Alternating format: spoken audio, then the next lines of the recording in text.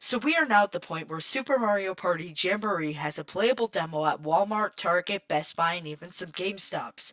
So of course I tried out a few of the mini games that were on demo at my local retailer, and I have a few thoughts on them. Specifically the Ally mini games, or the Jamboree Buddy if you like to call it that, but I just think Ally's easier to say, which I have a few thoughts on. So I also have a few thoughts on the ally system from information that was revealed. I'll discuss that towards the end of the video. Also, before we continue, please make sure you subscribe to the channel, like the video, comment below on your... Just to let you all know that I just made a big discovery. So at play.nintendo.com, where you can generally get crafts and certain activities for Nintendo, they actually have a Super Mario Party Jamboree official website for America, and it's more comprehensive than just going to marioparty.nintendo.com. There's a lot of new footage here, so I will link that in the description. Thank you all for watching. Let's get back on with the video. So the Super Mario Party Jamboree demo has a total of 15 games available, as well as the Koopathlon mode. I did not end up trying the Koopathlon mode since I had a limited amount of time and I really wanted to try out the minigames. So I did play the Prime Cut minigame where you have to work with your partner to cut the steak evenly.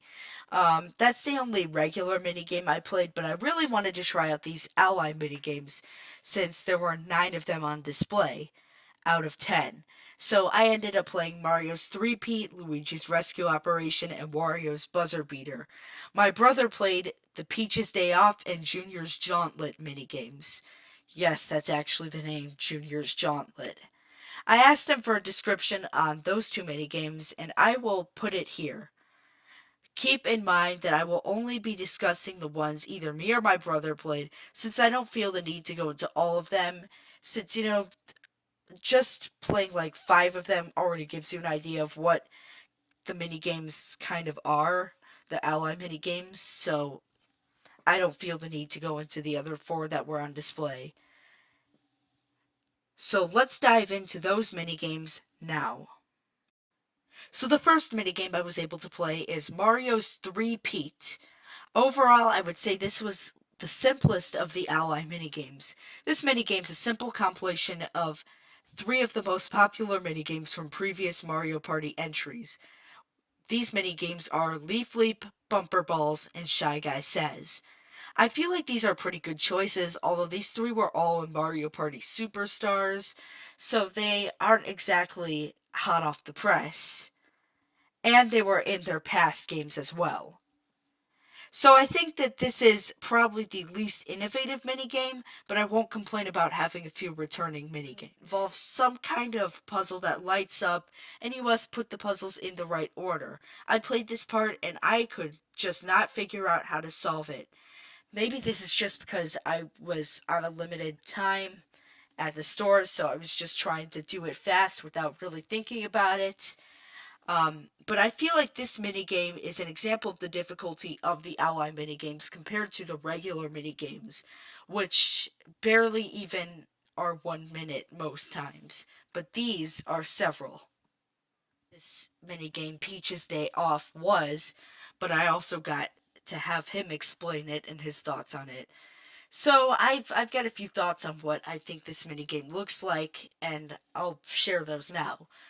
So the premise of this minigame is really that Princess Peach is having a day off, and it's the player's job to make sure it's a good one. This minigame appears to have 3 rounds. In the first round, the player has to guide a stack of presents to Peach without hitting the buzzy beetles. If they do hit a beetle, they lose a present, so I'm guessing the most presents gets the most points. The second round appears to have the players pick which stack of donuts to give Peach, but if 2 players pick the same one, they bump into each other and cannot bring Peach any donuts. So kind of strategy, do you pick the one with the most, like really going for it, or do you play it safe and pick one with like the least?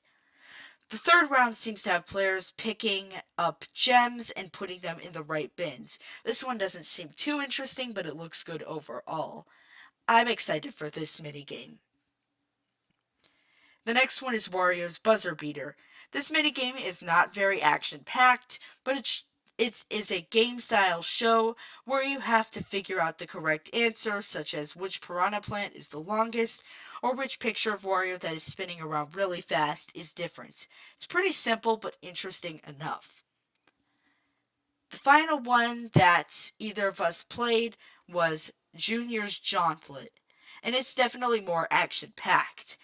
It's kind of like a boss battle in a lot of ways. There are certain objectives, like not getting hit by spike balls or not getting hit by a Hammer Bros. Hammer. It does look fun, and I'm excited to play this one. So, with the fact out of the way, all the mini games that we played, let's talk about the ally system. So, obviously, these mini games are part of a wider spectrum, the ally system.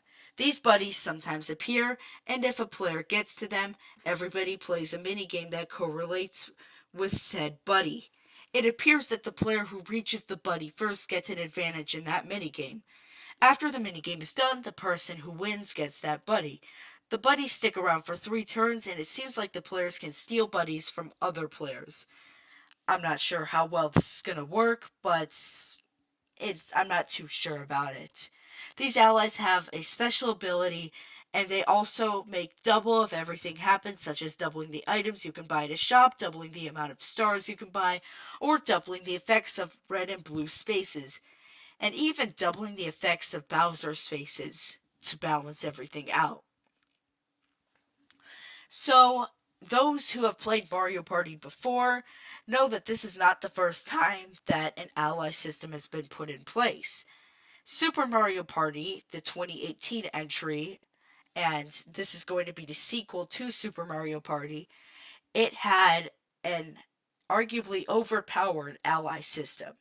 So Super Mario Party's board gameplay, it was famously overpowered by whoever had the most allies, since allies could help you in select mini games, roll a 1 or a 2 to add to your roll every turn, and they gave you a special dice block. There was no limit to how many you could have at once, and they stayed the entire rest of the game. Overall, I think that this new ally system will add the gameplay and strategy without making the gameplay overpowered like in Super Mario Party. But anyways, those are my thoughts on Super Mario Party Jamboree's Jamboree Buddies. Thank you to all so much for watching. Please make sure you hit the like button and subscribe, and be sure to check out my Patreon. Also, if you haven't yet, please vote in that community poll. I will be live streaming on the 17th when I get the game. Thank you so much for watching.